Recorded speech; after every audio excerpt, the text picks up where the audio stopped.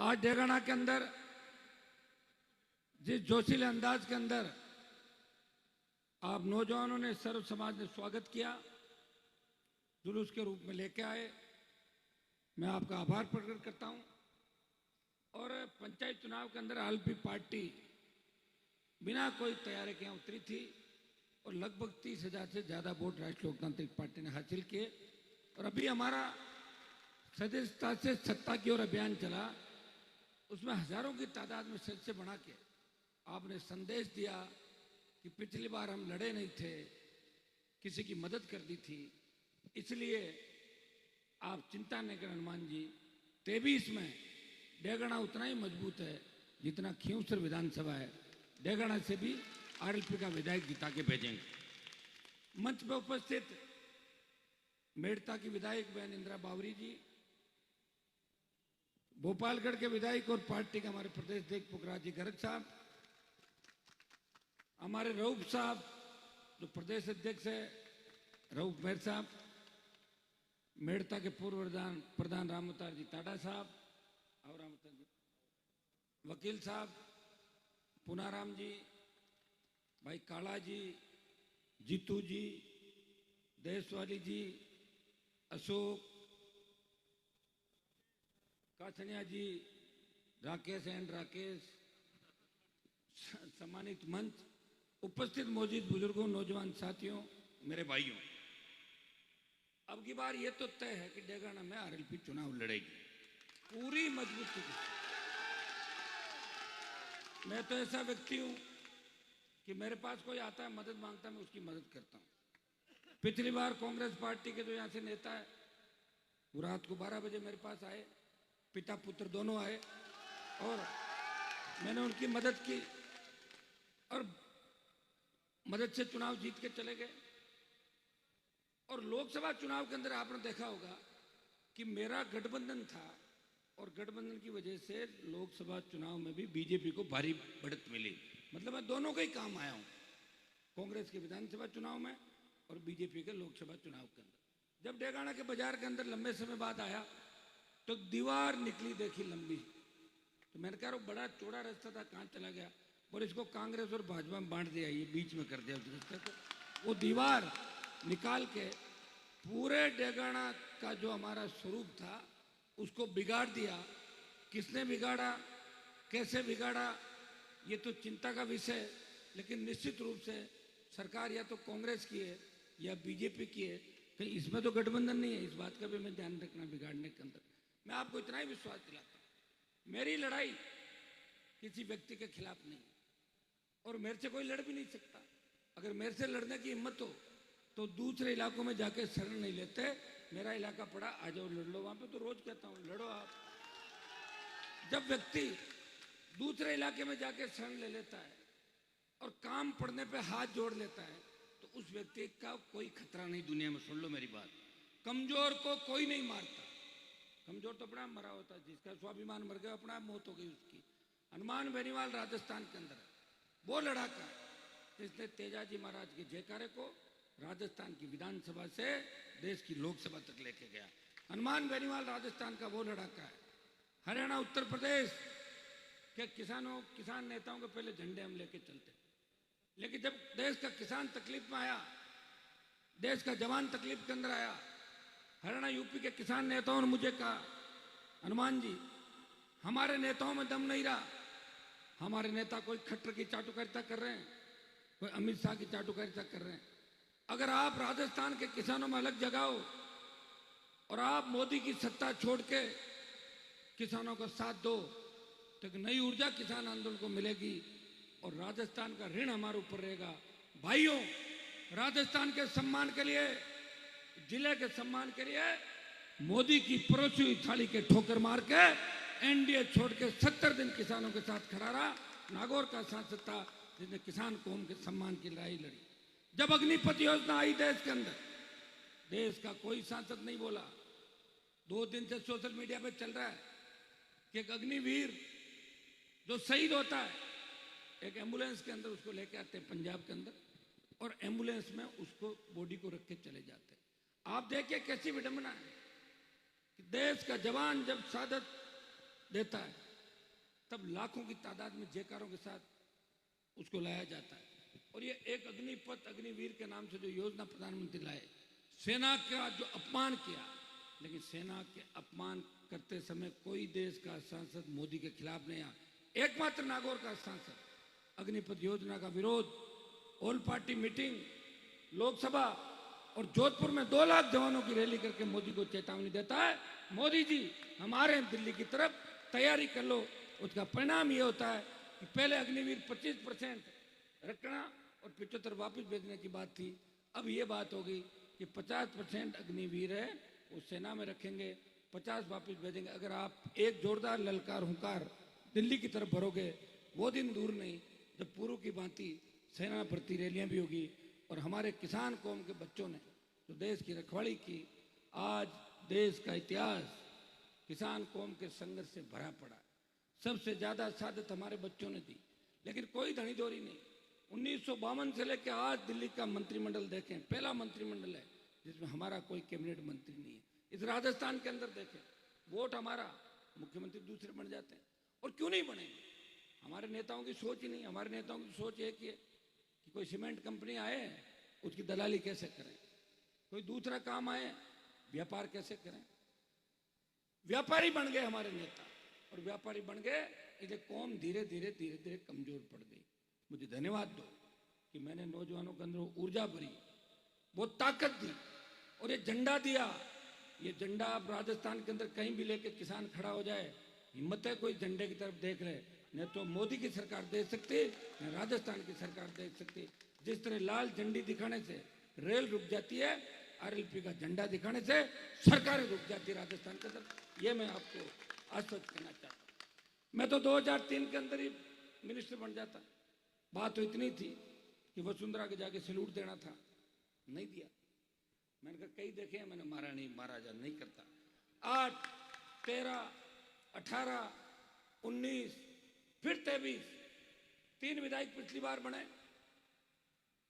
और आप देखिए मेरा दिल कितना बड़ा है कि जब 3 विधायक लेके मैं गया,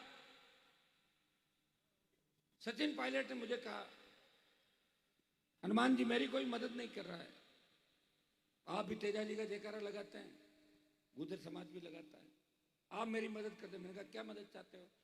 कि आप एक बयान दें कि मेरे 3 विधायक पायलट के साथ हैं, अगर कांग्रेस पायलट को सीएम बनाती है। मैंने कहा चिंता मत करो, अखबार वालों को मेरे घर भेज दो। और 10 मिनट बाद मैंने बयान दिया कि पायलट अगर सीएम होते हैं तो आरएलपी के 3 विधायक कांग्रेस पार्टी का साथ देंगे। ये बयान मैंने दिया। ये हिम्मत अगर राजस्थान में किसी में, हनुमान बेनीवाल आरएलपी के विधायक को धन्यवाद दूंगा, मेरे 3 विधायक को। मैं लोकसभा चला गया, मुझे बड़ी चिंता थी, पीड़ा भी थी, विधानसभा छूट गई। मुझे रोज लगता था मेरे विधायक कमजोर नहीं पड़ जाएं, लेकिन मजबूती के साथ 3 विधायकों ने, इंदिरा बावरी का भाषण भी आपने सुना होगा, पुखराज जी जब उपचुनाव था, छोटा भाई जीत के आया, तब पूरी राजस्थान की सरकार वहां थी खींवसर के अंदर। आपने देखा होगा कि खींवसर की मजबूत जनता, किसानों ने गहलोत वर्सेज हनुमान का चुनाव बना के अशोक गहलोत का बोरिया बिस्तर उपचुनाव का समेट के वापस भेज दिया था। इस राजस्थान में 7 उपचुनाव हुए, 7-8 उपचुनाव हुए, 1 में बीजेपी जीती, 1 में आरएलपी और 6 कांग्रेस जीती। 6 कांग्रेस जीती, बल्लभनगर, सरदार शहर, सुजानगढ़ और साड़ा के अंदर राष्ट्रीय लोकतांत्रिक पार्टी ने मजबूत उपस्थिति दर्ज कराई। ये रिजल्ट आपके सामने है। एक व्यक्ति अपने कुनबे को बढ़ाता है, 3 विधायक से 1 सांसद, 5 प्रधान, 1 म्युनिसिपलिटी का चेयरमैन, 100 से ज्यादा 125 पंचायत समिति मेंबर, 20 से ज्यादा जिला सदस्य और कई वार्ड मेंबर उपचुनाव में उपस्थिति, अकेला लड़ रहा है और कटोरा लेके भीख भी नहीं मांग रहा है। कोई नहीं कह सकता चंदे की रसीद काट दी। कोई कह रहा है मुझे कि हनुमान जी ने चंदे की रसीद किसी काटी? मेरे घर कोई रोता हुआ आता है, वो हंसता हुआ जाता है। आपके नेताओं को उल्टा है, अगर हंसता हुआ चला जाए उसकी जेब काट लेंगे, वो रोता है वापिस जाएगा वहां से, अरे राम रे बचाए लो बचाए लो। और कई तो हंसते हुए रोते हुए जाते हैं, कई वापिस ही नहीं आते। ये भी देखा होगा आपने, जो इनको ढूंढ रहे हैं। ये हालत आपके नेताओं की है, यह हालत इस नागौर के उन नेताओं की है जिन्होंने किसान राजनीति के रूप में ठगी करी।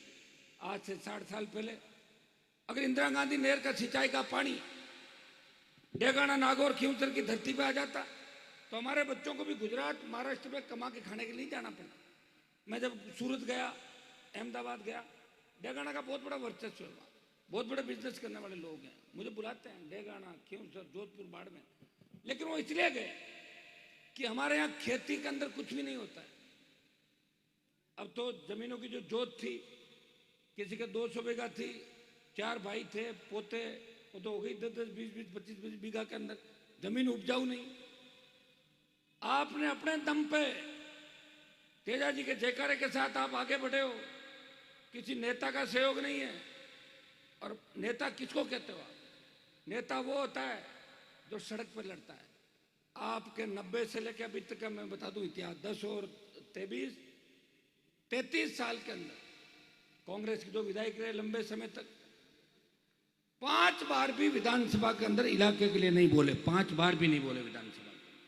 बीजेपी वाले सत्ता के अंदर थे, एक बार विपक्ष में थे, कोई भूमिका ज्यादा उनकी भी अच्छी नहीं।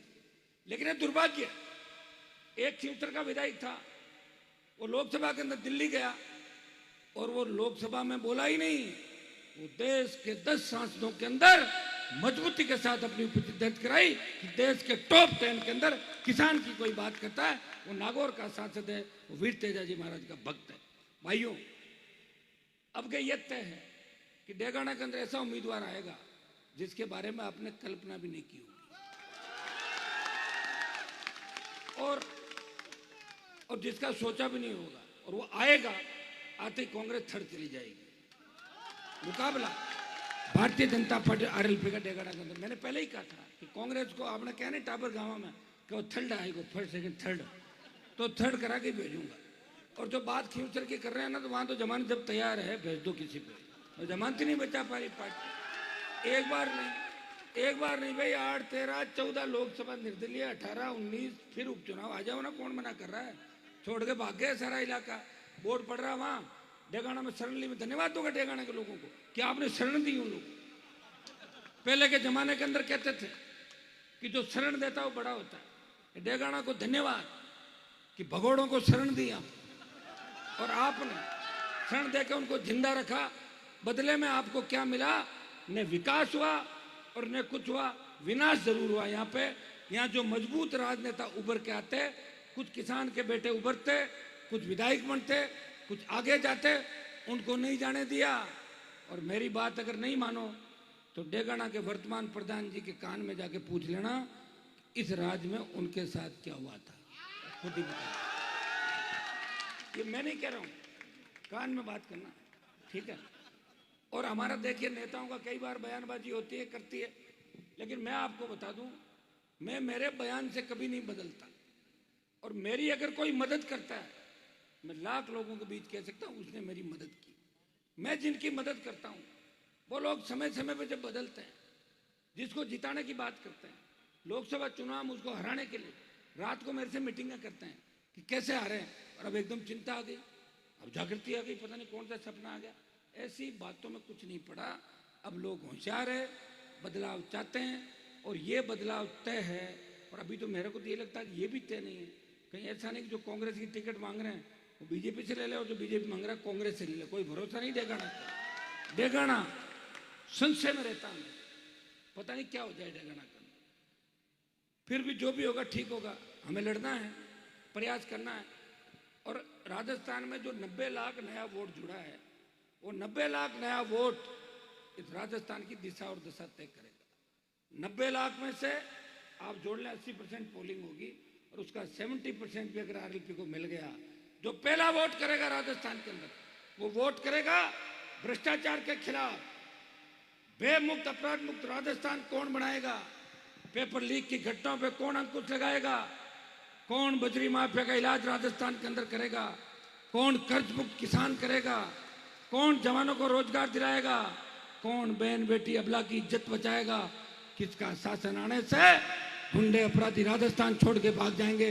वो ऐसी व्यवस्था राजस्थान के अंदर चाहेगा, और ऐसी व्यवस्था अगर राजस्थान में कोई ला सकता है, वो राष्ट्रीय लोकतांत्रिक पार्टी ऐसी व्यवस्था राजस्थान के अंदर ला सकती है।